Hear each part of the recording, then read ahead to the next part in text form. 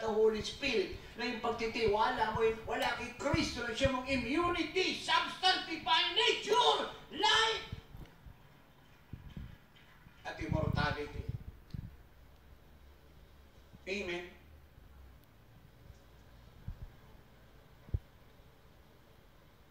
Christ is in you, the hope of glory. Nakatira si Jesus sa inyo. Apostolic revelation. Eh, kung ito'y naituro sa church kaagad, daw siya inaligtas. Sabi, wala pong natural Christian at pastor at bishop, eh, not supernatural. Wala na po yung mga discipleship na yun, 12 membro, 13, 14, yung iba ayaw madagdagan. Wala na po yung mga yan. Hello? Nakakalamat mga discipleship dito, purihin ng Panginoon, discipleship tayo ng discipleship, yung nagtuturo, hindi full time. Anong klaseng discipleship yun? Na akong kausap dito.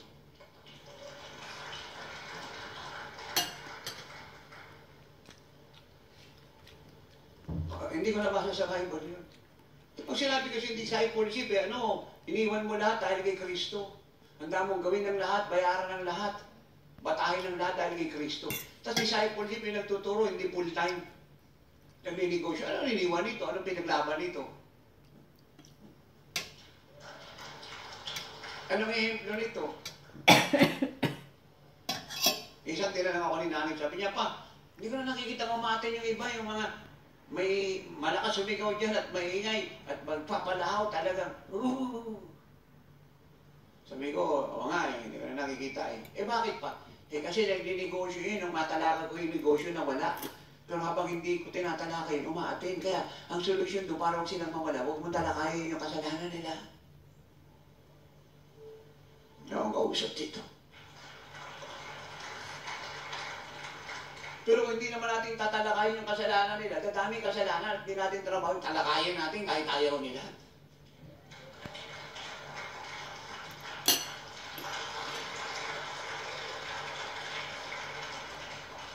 Tanong naman ako ng isa nating full-time. Tatay, hindi po umating si Bishop. Kasi natalakay ko yung patungkol sa Bishop nasaktan siya kasi hindi naman totoo yung pagka-Bishop niya. Ano pinagtataka mo?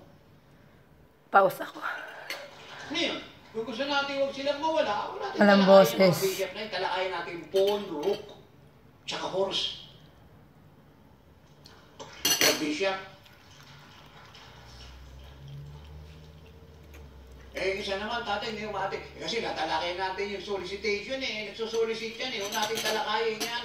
Sabihin natin, okay lang na mag-solicit. Magsasama pa yan ang solicitor.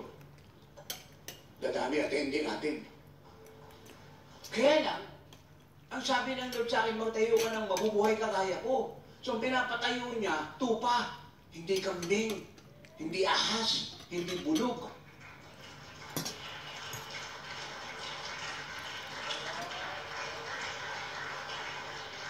May nagtanong, alam mo masarap, karne ba ng baka o kalabaw? Kayo sumagot. Baka. Sino nagsabi mas masarap yung karne ng baka? Mamantika ang kalabaw. Ito, matatalino itong mga to. Ito yung hanggang wakas at makakasama natin. Kasi matatalino to. Parang mga sa doseyo Amen. Inumpronta nila si Jesus. Ikaw ba talaga anak ng Diyos, magsalita ka? Mas matalino sa nila. Hindi siya sumagot.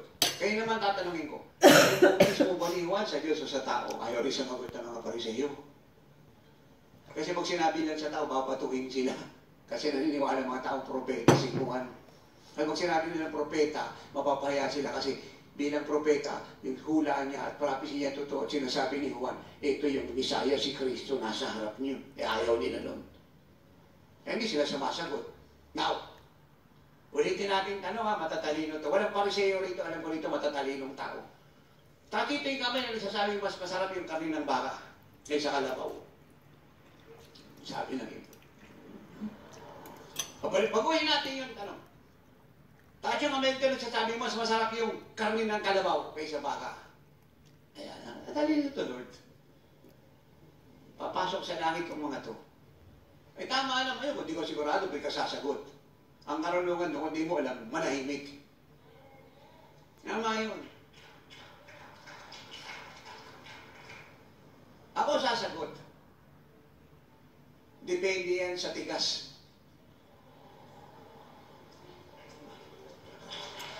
Depende sa tigas. Hilaw. Amen. So si Jesus ang tinanggap natin. Kaya ang tanong ko noon pa eh, okay lang ka nakakilala sa Lord, Bishop, kapatid, Pastor, sinabi ganyan, ganyan. Oh, kumusta naman buhay mo? Dahil pagsubok, kagaya ako ni Job. Diyos ko, si Job ba tinanggap mo para maging kagaya ka ni Job?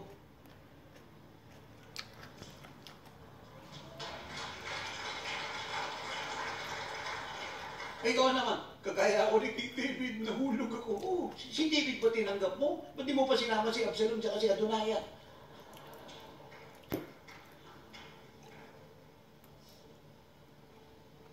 Ay, ikaw, sister, kumusta na yung pananampalataya mo? Kagaya ko ni Mary Magdalene, si Mary Magdalene ba tinanggap mo? Nakita niya, nangingiti kayo. Siguro, hindi tayo nakita-kita, di ko nasabi katotohanan, hanggang ngayon, yan ang confession niyo. At dapat ang sagot dun, o kumusta ka na kapatid? Kailan ko tinanggap si Kristo? Sinabi yung panahon. Kumusta ka na ngayon? Eto, iniinyo yung buhay ni Kristo. Kompleto ko sa Kanya. Ako'y powerful, burning, in God, full of the power of the Holy Ghost, untouchable, unstoppable, immovable, mighty, awesome, victorious, more than conqueror, God's end-time miracle-working people, babae ng Diyos! Lalaki ng Diyos. Hindi mo kailangan maging 10 years, 15 years sa Lord bago ka makagawa ng himala.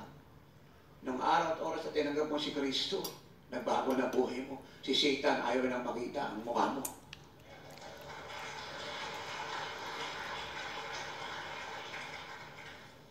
Tali, isang reason yan kung bakit tayo binautismo sa Espiritu Santo eh. Hindi lang para i-empower tayo according to Acts 1:8. Hindi lang para gumawa ng himala. Kundi para isil ang buhay ni Jesus. Isil. Hindi ba nakita niyo minsan yung karton, yung bagahe? Di ba may laman sa loob? Tapos i-discuss tape na yung labas ng kahon, balik pa yung box. Pagkatapos nilagyan pa ng seal. Minsan plastic na makapal. Alam niyo yan. Minsan aluminum. Amen. Anong purpose nun? Para siguro hindi niya sa loob, hindi madadamage. Is that correct? Yan, ang isang reason kung bakit meron ang Holy Spirit sa atin. Para sa inyo ng buhay na yan. At habang panahon ay maging immortal kayo. Habang panahon ay maging powerful kayo, maging glorious kayo. Habang panahon ay maging miracle-working people kayo. Habang panahon ay maging untouchable kayo. Habang panahon ay naghahari kahit namumuno kasama ng Panginoon sa mataas na kalagayan.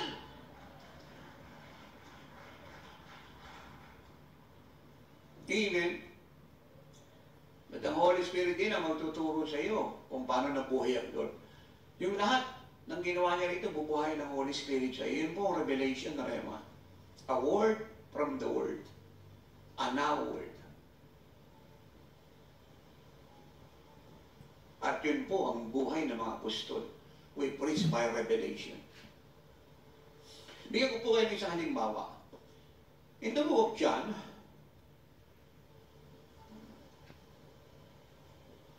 chapter 7, verse 17, Jesus said, if anyone wills to do His will, at yun po yung will ng God the Father, he shall know concerning the doctrine. Doctrine. Sabihin natin lahat doctrine. Si Jesus, doctrinal yan eh. Kaya yung doctrine niya, truth, hindi heresy, kagaya ng doctrine ng marami. Hindi copycat, hindi twisted, hindi perverted, hindi lacking ng truth.